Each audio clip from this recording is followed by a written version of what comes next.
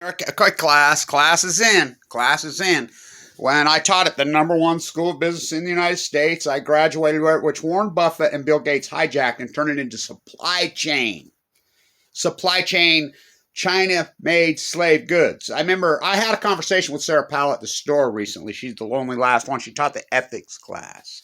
I told Damian Lillard at Weber, aren't those little slaves in the bunkers in China and Indonesia, aren't their fingers getting a little sore? That's the moral issue of this. I mean, it flies in the face of everything. It's against everything America was ever founded on. Just remember, the Tariff Act was before the Bill of Rights and the Constitution. Alexander, to incentivize buying homemade goods and pay off the wartime debt. But let's get into the hyperinflation. Hyperinflation started in 2000. Now, stay with me, and I'm going to do some work at the university where I taught today, where they blackballed me for this very said, it's important. This is historic and important stuff. I want my fucking MBA back. I got my MBA. I have the first MBA in the history of that school, and it got stripped from me because of this fight. Because I says, no, they are not switching this incredible #1 school business in the United States. By the way, our original colors were not purple and white. They were red and white. This is an important historic video. Should be played in the classroom at Weber State. All classrooms. So this is historic. In 1990s, we had zero inflation. Zero. Paul Volcker Fed. The Fed was run from Ogden, Utah, Mariner Eccles. The Eccles Fed ran. They were protectionist. That's right. So when inflation started to rear its ugly head, the Reagan recession, which was nasty, do not kid yourself, was nasty. Volcker said, okay. Volcker was 6'7", cigar. He spoke at Weber. I think there's some pictures out there with he and I together. So, remember what he said? There's only one way to kill inflation. Oh, he did it. They raised the interest rate to, I think it was 14%. And that, it was painful. It's called classical medicine, kids. And we're not willing to take it in this country. And it worked. Zero. I was a plasterer for all those years. I worked on Wall Street. I hedged portfolios. I remember I did the CPI and the PPI for Weber State. I'm the guy that used to collect the data. State by state, we used to do it. My boss on Wall Street used to say, you are so unbelievable. You never get it wrong. The CPI. I says, I know how they collect it. I can do it before they do it. I remember Clyde Cooley. No, it wasn't even Clyde Cooley because he'd already passed. He had just passed, the legendary finance professor. And Kyle Madsen stepped in, who died of cancer. And he told me, he says, Kevin, you got it wrong this time. This is the first quarter in 2000. I says, I didn't get it wrong. They got it wrong. I had the number dead on. And I says, look at the PPI CPI number. Oh, okay, my bad. He says, you did have it exactly right. Then how come they're lowering the rate and not raising it? Inflation started to show its ugly head in the first quarter of 2000. Now, this is important. This should be played in every classroom in America. I was the guy, the #1 school of business in the United States, unarguable, via the testing. Now, stay with me. This is historic, important stuff. We beat Harvard. That's the highest score Clyde Cooley ever gave, the last letter of recommendation ever gave. That's my credentials right there. And they stripped me. I got in a fight up there you wouldn't believe in between 2000 and 2005. And so in 99, the legendary, the #1 finance professor in the country, bar none, was Clyde Cooley. I have the last letter of recommendation he ever wrote. I was his protege. I mean, he was grooming me. I was on Wall Street. I was a derivative arbitrage specialist. I hedged portfolios. I kept my plastering business. I mean, I wear many hats. I could go in those days, I was all over the place. I was in New York. I was at Weber State. We got an MBA program because we were the #1 school of business. And guess who we used to beat? Guess who our sister school was? Wharton. We used to go back there and teach, do lectures, and they used to come back here. I did lecture at Wharton. Trump school. And you do know that Trump hired a guy. This is a fact. So I would make my class take their tests inside the classroom. In the classroom. Why? testing centers, because I knew all you had to do is have a fake ID and people would hire someone to take the test. And this is the number one school business in the country. You got a freaking degree, you got a piece of paper from like that. We used to call it the golden ticket. You got a freaking letter of recommendation from Clyde Cooley. We used to call it the golden ticket. You go anywhere on Wall Street you wanted to go. And I walked away from Wall Street in 2000 because I wanted to get the... No, that's not why I left. I did come home and I continued to... Clyde Cooley, Kyle Madsen. Clyde, before he died in 99, they announced it in 99, says, Kevin, I've worked it out with your boss. You can do this first MBA here, and you could trade from the water slab here, which I did. I ran my hedge fund, my portfolio that I worked for. I worked for very responsible. I was a derivative arbitrage specialist, so I'd hedge portfolios. I knew Madoff was cheating. I'll tell you how powerful I was on Wall Street in the day. I would call, my big house, everything. I mean, I'd walk around with 30, 40,000 cash in my pocket. And I was good at what I did, and we were responsible as hell, but I was that good. I could do the Delta formula in my head, and so we would take puts in the options market. We would roll them under high dividend yield stocks. That's simple. Well, there's only so many. I used to call the CBOE. That's the last open outcry. And so, oh, hi, Mr. Blanche. They'd recognize my voice right up there. This is before caller ID or any recognition. Hi, Mr. Blanche. What are you looking for today? Well, I'd like some, maybe some out of the money. Let's see. Let's go to Philip Morris. Let's short that one today on the derivative market because it's got such a high dividend.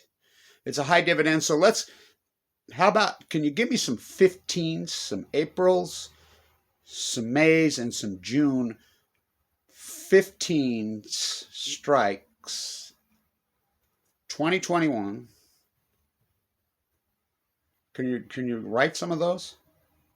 We'll talk to the floor traders and the boss down there, the chief, and see what we can do. Thank you. Next day, they were always there every freaking time. Well, there's only so many of them traded. So I knew Madoff was cheating, because if Madoff was doing what he was doing, because he was supposedly doing what I did, and I was on Wall Street, we knew that he was cheating. If he was hedging the portfolios, it would push the premium on those. All you're buying is time. That's all an option is you're buying time. Remember when I had you buying the puts on Chicago Bridge and Iron in 2017? I said, buy out of the money. Do you know they went up 100 to 1 like that in one day? In one day. If you had $1,000, they went to 100,000 in one day. How come I didn't do it? I was in the freaking ICU having my chest split open, having open heart surgery. Yeah. What timing, right? Just like my 30,000 shares of Tesla stock that I had. Yeah. Play back the tape. 2011, I all in. When it IPO'd, what happened? I got leukemia. Given too much to live, and I had to fork it over to get into the bone marrow. So it wasn't meant to be, was it, class? So stay with me. We're going to get into inflation. This should be played in every freaking university in the country, this. So in 2000, Weber State University, number one school of business, Warren Buffett rolls into town, 99. Warren Buffett asked me personally if I would like to fly back to their shareholder meeting. And it was a group of our group that first started doing it. Okay. On Bill Childs' Learjet, I used to fly. Bill Childs, who is he? R.C. Willys. Warren Buffett bought R.C. Willys. Bill Childs became a board of director. Okay, and me and Bill used to argue about this. I says, no, what about the moral issue? He's the one that put all the statues at Council Bluffs. I said, Bill Childs and I went to Council Bluffs together. And I says, look, that's my ancestor right there, the child buried in the freaking, right there. That's the Mormon trail coming out here at Council Bluffs. That's where the cemetery's at. See that little 2 babies that died right there? Those are my family members. I mean, such historic times. And so, get out your credential so you can show these people.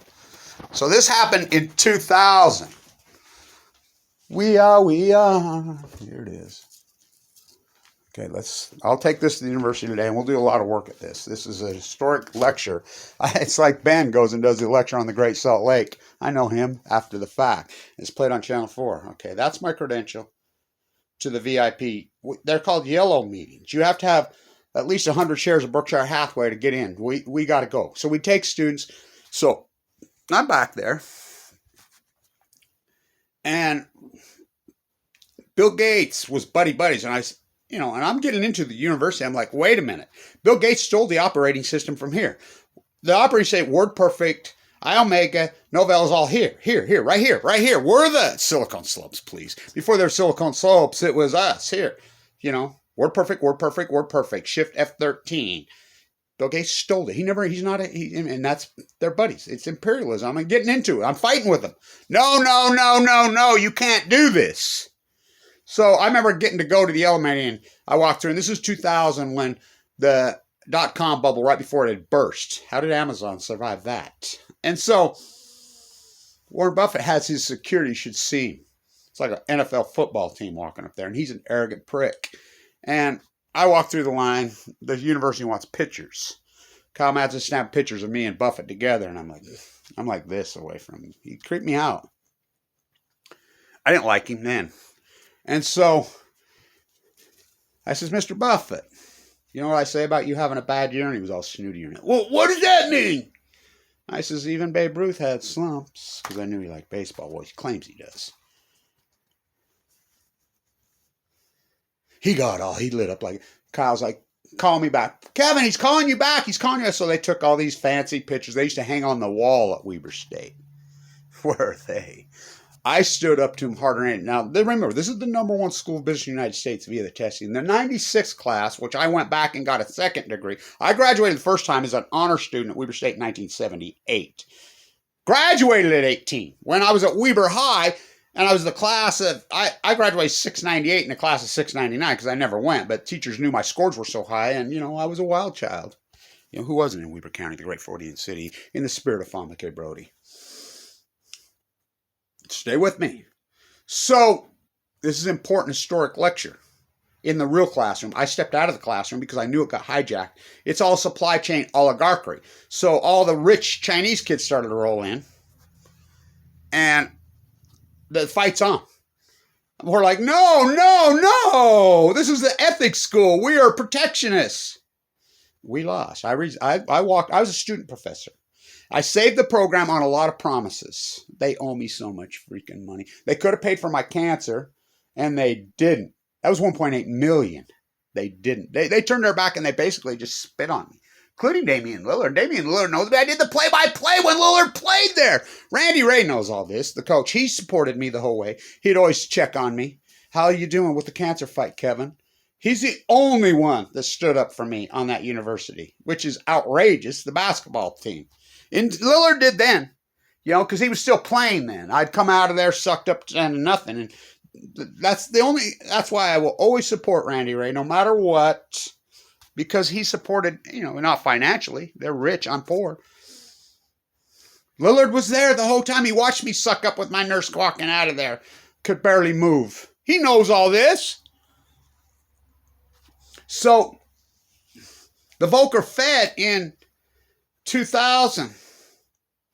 Well, the Volcker Fed got shredded in 1987 when Reagan named Ayn Rand Greenspan. Remember, Greenspan was the god in the 90s.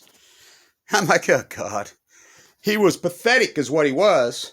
So in 2000, I was a plasterer still too then. I would never give up my Hawking trial. And I used to say it on Wall Street. And my boss said, I can't believe you're a millionaire and you still go and plaster.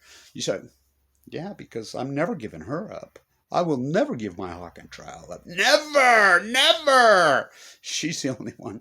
She's my true love. Her and the mighty blue ocean.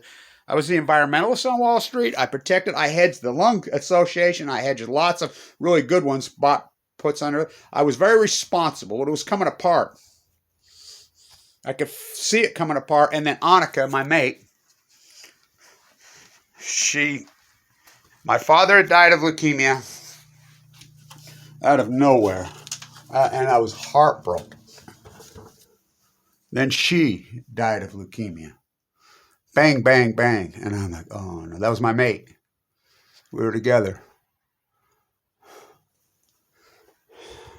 Megan Rice introduced us to each other. Get your Megan Rice painting out. So, I couldn't do it anymore. I watched the corruption, so I walked away. I quit a $1 million a year job. I just walked away. My uncle, who just passed away, who the historic fighter pilot Claude Blanche used to say, I'd never seen anybody's life go from that to that in warp speed. Well, death does that. Cancer does that. I was heartbroken. I couldn't do it anymore. I watched the corruption happening. It was going on in Weber State, and I was like, you can't do this. Kyle, he didn't stand up. He got cancer in 2005. I call it the Waters curse. So the supply chain, which was Warren Buffett, stole the school. And Bill Childs, they stole it because Bill Childs' furniture is made in China. And I knew that. I'm like, Bill, you can't do this. What about the morality of it, Bill? Me and him would talk. You know, we had it out over it. And then they blackballed Kevin Blanch. They simply, purely blackballed me. They're like, I'm like, whoa, no. The promise was because Clyde Cooley died in 99. Right as we got the MBA, 2 weeks before the class was supposed to start, he lived in Bountiful, Staircycles in Bountiful. Yes, they burned Mad Cow there into the incinerator in Bountiful. They were supposed to leave by 2018. I fought that so hard because of Clyde Cooley. The greatest finance professor. It ate his brain away and died. And Kyle gave him no respect. I'm like, Kyle couldn't do it. You go ask Mike Vaughn this. He's still there. And, he sold me down the river. Mike was with me.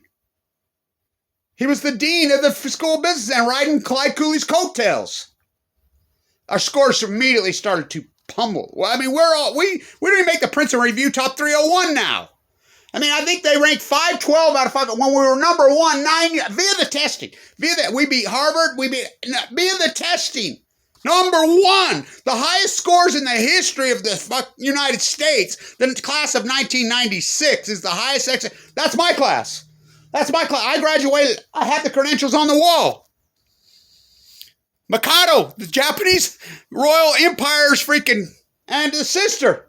She went there. They went with Kevin and I. We were friends. The royalists from Sweden went there.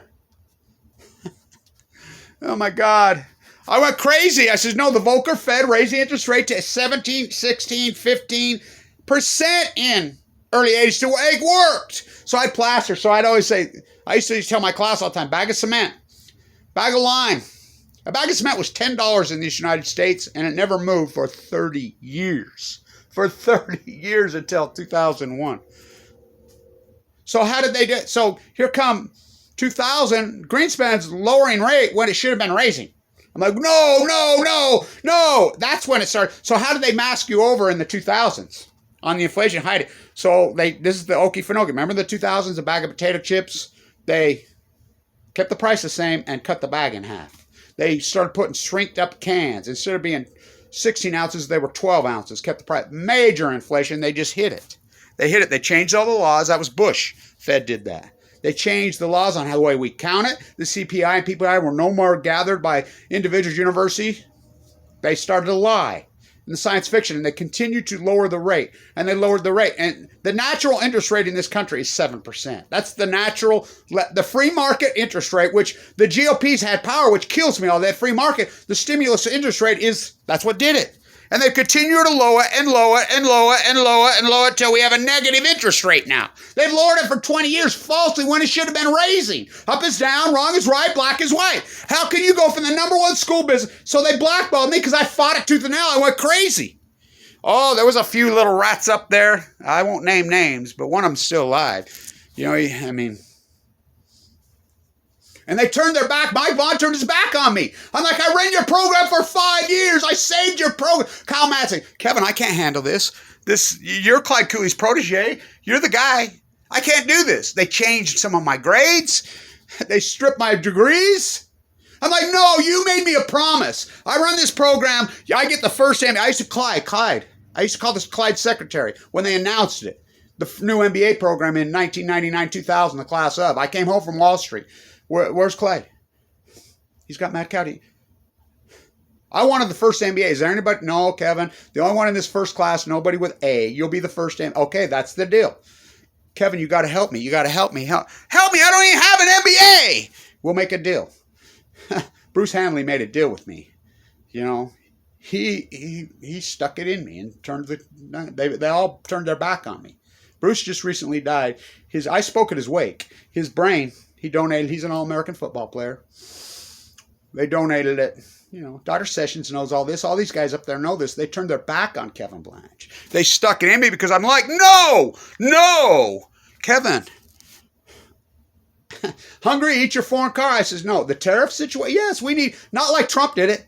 Why do you think Trump got the rhetoric? I mean, he must have went into one class at Wharton because they were protectionists too. They were pro-tariff guys in the spirit. Alexander Hamilton was a tariff guy. Freaking so were both freaking Roosevelts. It was a lefty thing. Just like the nuclear energy used to be a lefty thing. Now it's a righty thing. Well, up is down, black. The tax and spend GOP. Tax the future and spend GOP. And the elitist imperialist right. The lowering interest rate. How do you fix it? Oh, I don't disagree. I got a cure.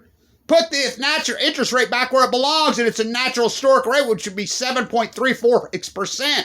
That's the rule of doubling. Put the interest rate at 10% and you'll fix this. You know, we tear down every marquee building. They tore down freaking Hilltop Lanes and build up some freaking, the first generation will never own a home. You know, go get in your shitty, dumpy ass apartment. They're tearing down everything in this country. You should see it. It's disgusting. And it's all because Alan Greenspan, the financial terrorist. They lowered the interest rate to pump up the stock market. It's a commodity. Freaking, we inflated our way out. It's called inflate your way out. Well, that's supposed to be temporary. It's 18 months maximum. We have inflated our way out for 20 years. This is an historic lecture, and I'll do the same lecture at the university today. I had to leave the classroom and step outside the classroom, and this is the new classroom. I'm the real PhD. They're not. They're on the winning team. It's pathetic. We are. It's sad. So this is an important lecture. How do you stop this runaway inflation? Put the interest rate at 10%. It's called classical medicine. But this country's not willing to take it. It's out of control. It's sick. I was just talking to these young people. I lived on Brinker Avenue. I lived on 4th Street in a little duplex in 1978 when I was 18 years old. $75 a month. And the